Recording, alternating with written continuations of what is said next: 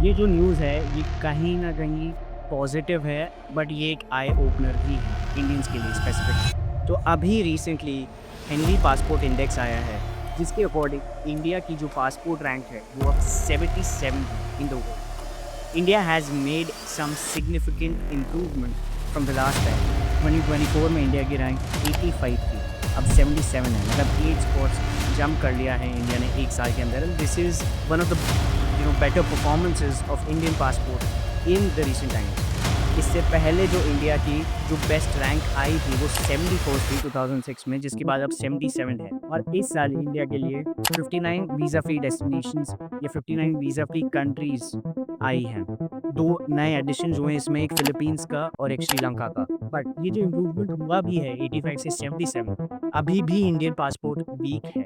अगर हम top countries की बात करते हैं पासपोर्ट रैंकिंग्स में हेनली की, तो टॉप पर है सिंगापुर, जिसको 193 कंट्रीज़ वीज़ा फ्री पासपोर्ट देती है। मतलब कि अगर आपके पास एक सिंगापुरियन पासपोर्ट है, आप किसी भी कंट्री में जाएँगे, 193 कंट्रीज़ में से किसी भी कंट्री में आप जाएँगे, आपको वीज़ा वहीं पे देंगे, आपको वीज़ा की ज़रूरत पहले से नहीं पड़ेगी। आप सीधा पासपोर्ट लेके उस कंट्री में जा सकते हैं। सेकंड नंबर पे जापान है, जिसके लिए 190 countries visa free basically services देती हैं।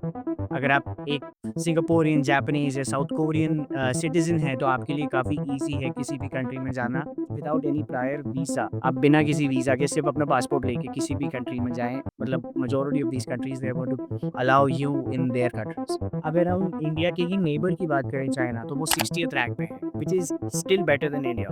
तो ये हेनली पासपोर्ट इंडेक्स है क्या? हेनली पासपोर्ट इंडेक्स बेसिकली एक इंडेक्स है जो बताता है कि कौन-सी कंट्री किस रैंक पर है बेस्ड ऑन कितनी कंट्रीज़ उस पर्टिकुलर कंट्री को वीज़ा फ्री एंट्री प्रोवाइड करती है या visa on arrival entry provide करती है। जितनी ज़्यादा कंट्रीज़ आपको वीज़ा फ्री एंट्री प्रोवाइड करेगी, उतनी बेटर आपकी रैंकिंग होगी, उतना स्ट्रॉन्ग आपका पासपोर्ट होगा। So, according to these rankings, if you're a citizen of Singapore, Japan, South Korea, or any other EU countries, you're in a much better position. You have a much stronger passport as compared to countries like India or China. और India इस position पे है, 77th rank है, but is still behind many countries in Africa, south America, जहाँ की economy India की economy जैसी नहीं है, जहाँ का जीडीपी पर कैपिटा भी इंडिया जितना नहीं है। तो अगर वो कंट्रीज इंडिया से बेटर कर रही हैं, उन कंट्रीज को ज़्यादा कंट्रीज वीज़ा ऑन अराइवल या वीज़ा फ्री आपको एक अलाउंस दे रही है, तो इंडिया काफ़ी पीछे क्यों है? ऑल्दो इंडिया ने प्रोग्रेस करी है, बट ये प्रोग्रेस अभी भी इंडिया को ज़्यादा आगे नहीं लेकर रही है। हम अपनी डिप्लोमेसी की बात करते हैं या अगर हम अपनी कंट्री की जीडीपी की बात करते हैं, तो we are the 4th largest economy in the world. According to that हमें काफ़ी ज़्यादा कंट्रीज़ जो है वीज़ा के बिना, वीज़ा ऑन अराइवल या वीज़ा के बिना हमें विज़िट प्रोवाइड करनी चाहिए, बट वैसा नहीं हो रहा है, which means that we are still lacking on a lot of grounds. और काफ़ी सारे फैक्टर्स होते हैं इसमें। सबसे मेजर फैक्टर जो है वो डिप्लोमेसी ही आता है।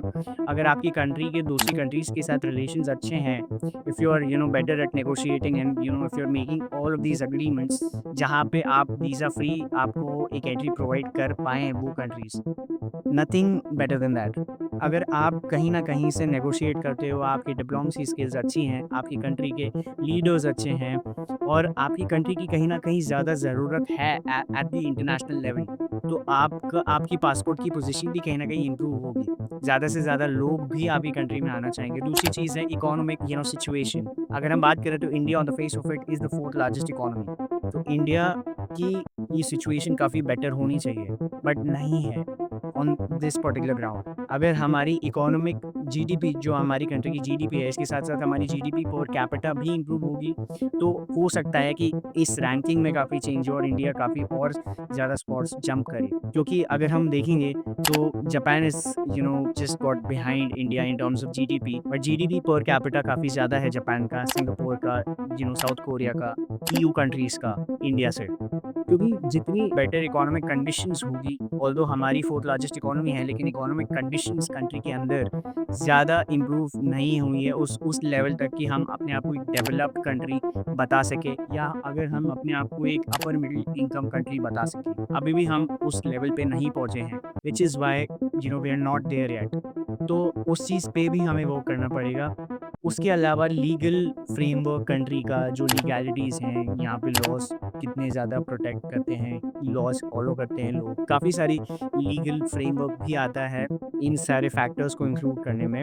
ऑल्दो हेनली तो जो है वो सिर्फ़ ये देखता है कि कितनी कंट्रीज़ आपको basically visa free entry provide कर रही है, बट कहीं न कहीं आपके जो दूसरी कंट्रीज़ के साथ रिलेशंस हैं, दूसरी कंट्रीज़ आपको कैसे पर्सीव करती हैं, आपके लॉज़ को, आपके सिटिज़न्स को, तो इन सब से क्या है आप अच्छे रिलेशंस बना सकते हैं और उस बेसिस पे ज़्यादा से ज़्यादा कंट्रीज़ आपको वीज़ा फ्री एंट्री प्रोवाइड करेगी। उसके अलावा एक मेजर फैक्टर यहाँ पे आता है लोगों का, सिटिज़न्स ऑफ एनी कंट्री। अगर हम स्पेसिफिकली बात करेंगे तो इंडियंस को at this point of time काफ़ी ज़्यादा हेट मिल रहा है internationally, which is partly also due to Indian citizens का सिविक सेंस।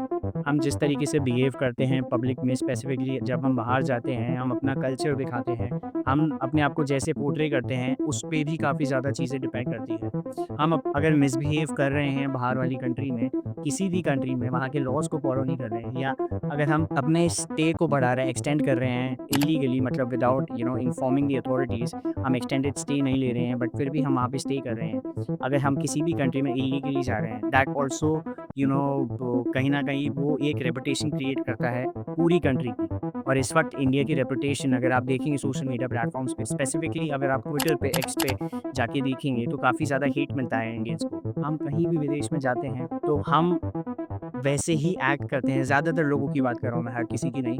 वो वैसे ही एक्ट करते हैं जैसे वो इंडिया में एक्ट कर रहे हैं। तो इसलिए हमें जैसे हम इंडिया में रह रहे हैं, उसको इम्प्रूव करना पड़ेगा। अगर हम यहाँ पे ही अपना बिहेवियर नहीं सुधारेंगे, तो हम बाहर किसी से भी एक्सपेक्ट नहीं करते हैं कि हमारा बिहेवियर इम्प्रूव होगा। अभी रिसेंटली ये केस आया जहाँ पे एक इंडियन लेडी यूएस में टारगेट नाम के एक स्टोर में जाती हैं। वहाँ पे लगभग 6-7 घंटे घूमती हैं और चोरी करती हैं। लगभग $1300 की चोरी करती हैं। उसके बाद पुलिस ने उनको पकड़ा, जहाँ पे वो बोलती है कि शी इज़ रेडी टू पे, एंड पूरा ये फियास्को हुआ। पूरी सिचुएशन क्रिएट हुई। पूरा एक टोटल chaotic सिचुएशन बन गई थी। तो उससे भी पूरी दुनिया में वो चीज़ वायरल हुई सोशल मीडिया पे, it was all over social media, और फिर उसके जो इम्पैक्ट होते हैं, उसके जो रिपरकशंस होते हैं, वो पूरी कम्युनिटी को फेस करने पड़ते हैं। फिर ये नहीं होता कि चलो कुछ लोग ऐसे होते हैं जो करते हैं। तो हमें कहीं न कहीं वो चीज़ देखनी पड़ेगी, क्योंकि उसी के बेसिस पे जो है हम अपनी डिप्लोमेसी भी इम्प्रूव कर सकते हैं। हम अपने एक इंटरनेशनल रेपुटेशन को इम्प्रूव करेंगे, तो दूसरी कंट्रीज़ भी ये देखेंगी कि यहाँ के लोग ऐसे हैं। अगर हम यही बात करते हैं सिंगापुर की या जापान की, तो वहाँ के लोगों का आप बिहेवियर देखिए, लाइक टॉप क्लास बिहेवियर है वहाँ के लोग। I mean they are at the best behaviour, not only in their respective countries but elsewhere as well. बाहर भी जब वो जाते हैं, मुझे एक याद आ रहा है इंसिडेंट, जहाँ पे शायद जापान का जर्मनी के साथ वर्ल्ड कप 2022 में, if I am not wrong, एक मैच हुआ था। जापानीज़ जो टीम थी, फुटबॉल टीम थी, वो पूरा जो ड्रेसिंग रूम था उसको एकदम क्लीन छोड़ के गए। सो this is the kind of behaviour Japanese or Singaporeans have, or all of these people have, and that is what they portray outside as well. फिर उनकी वैसे ही उनको पोर्ट्रे किया जाता है, वैसे ही उनकी इज्जत बनती है, और वैसे ही हम उनको परसीव करते हैं। अगर हम भी अपने इस बिहेवियर को बाहर इम्प्रूव करते हैं, तो that is also going to help our passport become stronger, और इसी वजह से हमारी डिप्लोमेसी भी इम्प्रूव होगी, क्योंकि हमारा जो एक परसेप्शन है वो डिफरेंटली क्रिएट होगा, और फिर उसी बेसिस पे बाहर के लोग भी इंडिया में आना चाहेंगे। So this is how I believe that we can create a better image of India, and this is how I believe that we can have a stronger presence, so that more and more countries can allow us free visa entry. तो जैसे-जैसे India की position top 25 या 30 passport Nations में आने लग जाएगी, वैसे-वैसे India की image भी इम्प्रूव होगी, इंडिया का पासपोर्ट भी स्ट्रॉन्ग होगा, और हमें जो टॉप कंट्रीज़ हैं उन्हीं को मॉडल करना चाहिए। हमें देखना चाहिए वहाँ के सिटीज़न्स क्या कर रहे हैं जो हम कर सकते हैं, both at political level and individual level as well. Political जो हमारे रिलेशंस हैं, हमारे पॉलिटिकल रिलेशंस बाकी कंट्रीज से हैं उस पे भी, और जो हम इंडिविजुअली कैसे वो उसमें कंट्रीब्यूट कर सकते हैं वो भी। तो ये दोनों ही चीज़ें जो हैं काफ़ी इंपॉर्टेंट हैं। What do you think? You think that we are going to see a positive and stronger passport in the coming years, in the next decade or so? Let me know what you think in the comments below. Thank you for watching this video and have a great day.